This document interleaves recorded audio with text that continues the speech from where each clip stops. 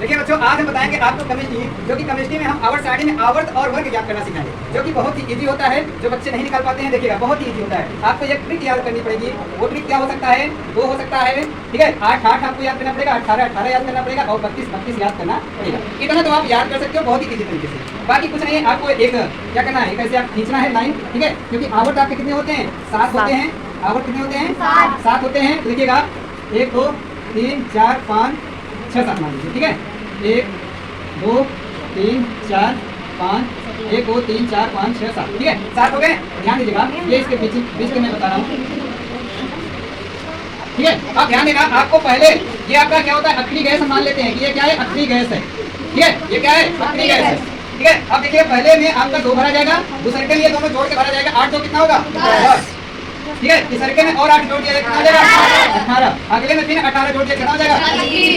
36 हो जाएगा। 36 में फिर 18 जोड़ के कितना हो जाएगा? 54 में फिर 32 जोड़ के कितना हो जाएगा?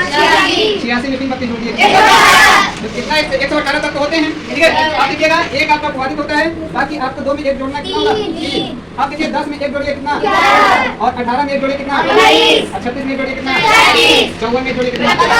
और 54 में जोड़िए कितना? 87, ठीक है। तो अब ध्यान देना, आपको आवर्त निकालना है और वर्ग निकालना है। जैसे हम कोई भी तत्व लेते हैं, मान लीजिए हम कोई तत्व लेते हैं, जैसे देखिएगा इसमें हम मान लीजिए कि आपको कार्बन ही लेते हैं। कौन लेते हैं? कार्बन। तो ध्यान दीजिएगा, हम कार्बन ले रहे हैं, ठीक है। क्या? कार्बन। कार्बन का हम जानते हैं कितना परमाणु क्रमांक होता है? 6 होता है। कार्बन का परमाणु क्रमांक कितना होता है? 6। अब देखिए हम आवर्त निकाल रहे हैं, पहले क्या निकाल रहे हैं? आवर्त। तो आवर्त देखिए 6 परमाणु क्रमांक किसके बीच आ रहा है? 3 और 10 के बीच। तो आवर्त ध्यान दीजिए 1 2 3 4 5 6 7 7 आवर्त होते हैं और वर्ग 18 होते हैं, ठीक है। आपको याद करना पड़ेगा आवर्त कितने होते हैं? 7 और वर्ग कितने होते हैं? 18। ये चीज पता होना चाहिए। आवर्त हमने 7 लिख दिया। क्षैतिज रेखा को आवर्त बोलते हैं और बाह्य रेखा को क्या बोलते हैं? वर्ग बोलते हैं। देखिएगा आपका यहाँ 6 नंबर है, तो 3 से 10 के बीच आएगा, तो आपका ये नंबर 6, तो अर्थात तो आपका क्या होगा? आवर्त होगा। तो आवर्त निकालने में कोई दिक्कत नहीं। अब वर्ग निकालने के लिए आपको एक शर्त हम लिख रहे हैं, प्रथम शर्त, ठीक है। प्रथम शर्त में हम क्या करेंगे, आपको अक्रिय गैस लिखेंगे, यहाँ पर अक्रिय गैस और माइनस क्या कर देंगे? परमाणु क्रमांक। क्या कर देंगे? परमाणु क्रमांक, ठीक है। आप देखिएगा अक्रिय गैस हमारी कितनी है? 10 है, ठीक है। 10 माइनस परमाणु क्रमांक कितना है? 6।